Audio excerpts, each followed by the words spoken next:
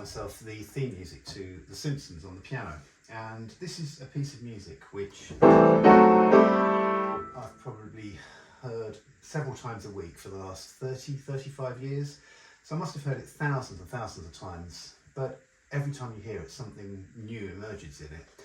The more I listen to it, the more I realise, the more I study it, the more you think this is one of the most remarkable pieces of music ever written. It's something that's funny, but it's also quite scary. It's comfortingly familiar, but it's also aggravatingly avant-garde in places. It's whimsical, it's comedic, but it also has elements of horror to it. And I wanted to analyse how it manages to achieve all these contradictory things in musical terms. So the first thing is, I suppose, that in its general mood, it's very similar to circus music, fairground music, you know, that.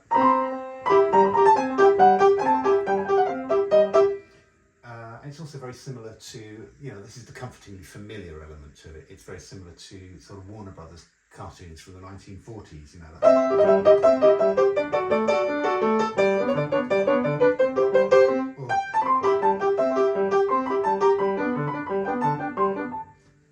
So it has those sort of comfortingly familiar elements to it. You know, it's in a major key, it's in 4/4, and it has a theme tune. It has a melody which has lots of chromatic intervals. But overlaid on this, you've got this kind of big symphonic, cinematic dimension. That's the central vamp that's been played by the orchestra. Now, this piece was written by Danny Elfman, and when he wrote it in 1989, he was already a pretty well-established Hollywood composer. He'd been writing for Tim Burton, he'd been writing for Gus Van Sant, Sam Raimi, all these people, and he really brings this sort of cinematic Hollywood dimension to the small screen. It's very dramatic, it's propulsive, it's cinematic, it's spiky, it really drives this music along, and you know, so you've got this whimsical melody, but you've also got this really quite driving rhythm behind it. So there's that sort of central clash going on there, which I find absolutely fascinating. And the other element that he brings to it, I suppose he draws from 19th century classical music, you know, specifically the sort of tone poems of Wagner, Liszt, Berlioz, you know. So you've got a leitmotif. That's your leitmotif, and it's being repeated over and over and over again over the course of a minute and a half. And, you know, this is a bit like, it's being repeated, but it's being repeated in different ways. It's being played by the string section, then it'll be played by the woodwind, then it'll be played by the brass, and then it'll be played in the bass. It'll sometimes be played at half speed. Sometimes it's slightly fractured. So it's like you've put the melody through a wobbly fairground mirror. But moreover, what Danny Elfman is doing is that he is constantly changing key. He's modulating every few bars. So you're starting off in C, then you're moving into B, and then into E, and then back in C, and then into E flat, and then into B, and then back into C, and then into E flat, and then finally it resolves in C sharp or D flat. So this is absolutely remarkable. You know, you think of your average pop song goes on for 3 or 4 minutes, and you might get one modulation. You might get a key change before the last chorus, or you might get a little modulation into the relative minor for the middle 8. This modulates 9 times in the course of just over a minute. That's ridiculous. You know, you start off in C and you end in C sharp, and you've gone on this incredibly circuitous route to go that very short semitone. And it's like you're constantly being undermined. It's like being a hostage. You've been shoved into the back of a truck, tied up, and you're buffeting around. It's very, very disorientating mood-wise to go through that many chord changes, and so that adds to the disorientating feel. Another thing that's quite disorientating is the dissonance. Now, dissonance is something we associate with avant-garde music. We associate it with freeform jazz. We associate it with 12-tone serialism or something like that. But it also has comedic properties, you know, dissonance. We associate, you know, you think of the Laurel and Hardy theme, you know.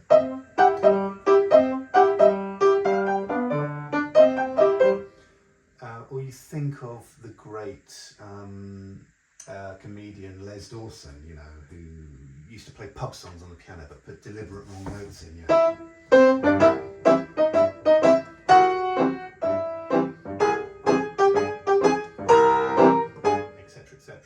You know, so you're setting up a punchline and you're setting up a joke with a punchline. You know, the dissonance.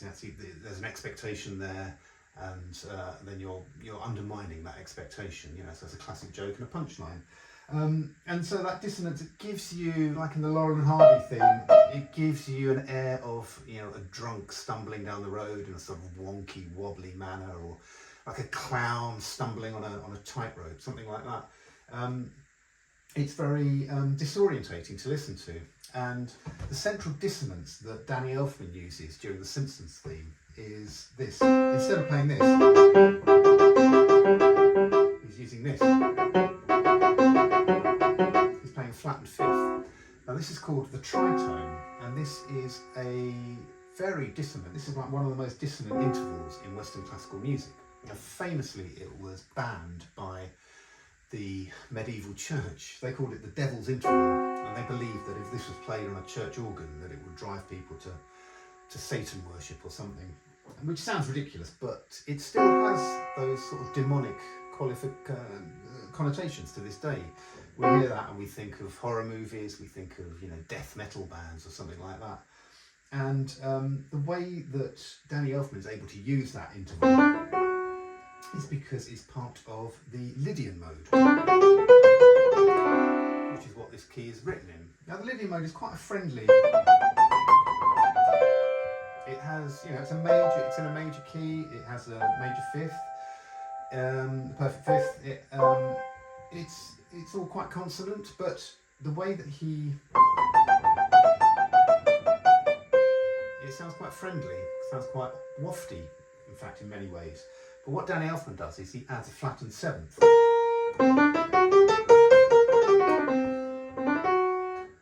And that adds a bit of a funky twist to it. And this is what you call the Lydian Dominant scale, which is also known as the acoustic scale by some musicologists. And you don't really hear this scale very often in music. You very occasionally hear it in some classical composers like Ravel or Stravinsky or Bartók. They might fleetingly use this scale in some of their melodies. You will hear it in Tuvan folk music. You know, you get these yodeling singers from the Tuvan region, which is in between Siberia and Mongolia, and they will. You hear these very complicated vocal phrases that they use, and that's one of the modes that they will use, the Lydian Dominant. The other place you're more likely to hear it is in modern jazz, a specific area of modern jazz, kind of post-bop modal jazz. So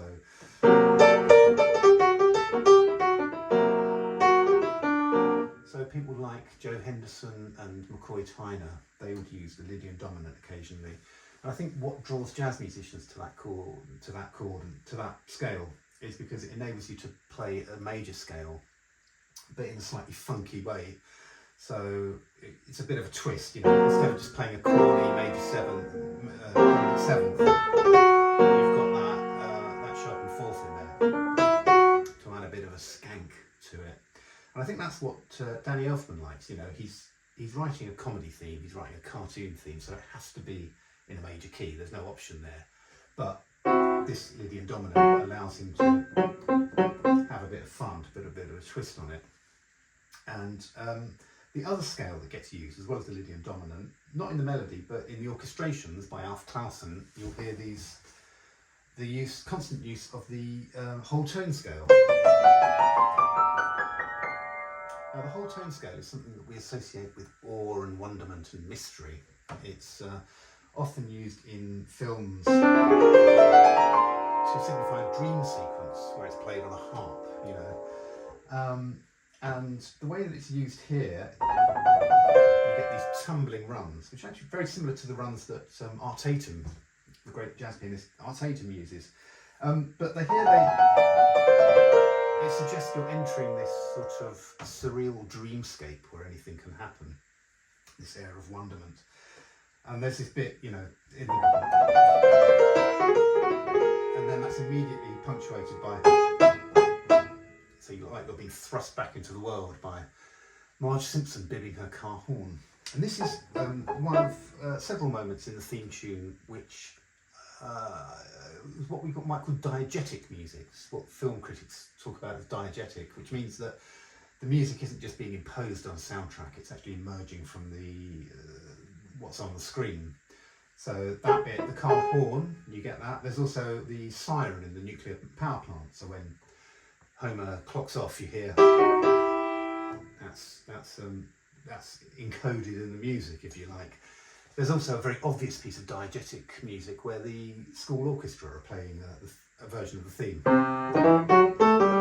And that's interrupted by Lisa Simpson bowling down the corridor with her saxophone, playing a saxophone solo.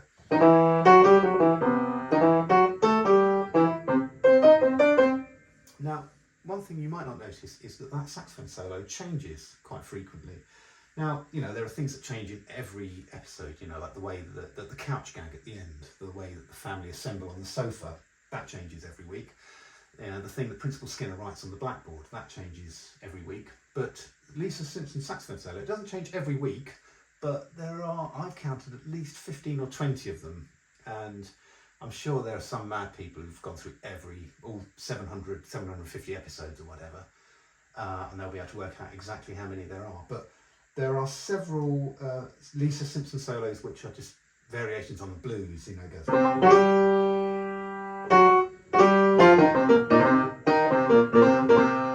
know, there's several of those. There are several which seem to be parodies of Sonny Rollins, you know.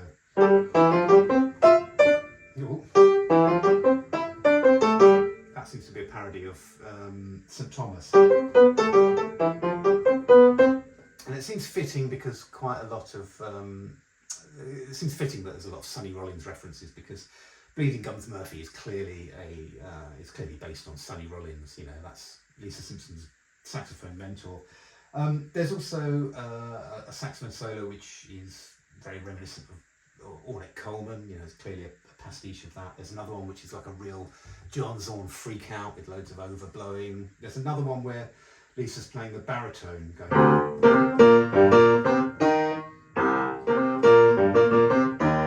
and that's obviously a reference to James Brown and his saxophonist Maceo Parker. So that's just something to look out for, you know, I'm sure this is a little gag that's just been put there for musicians to notice.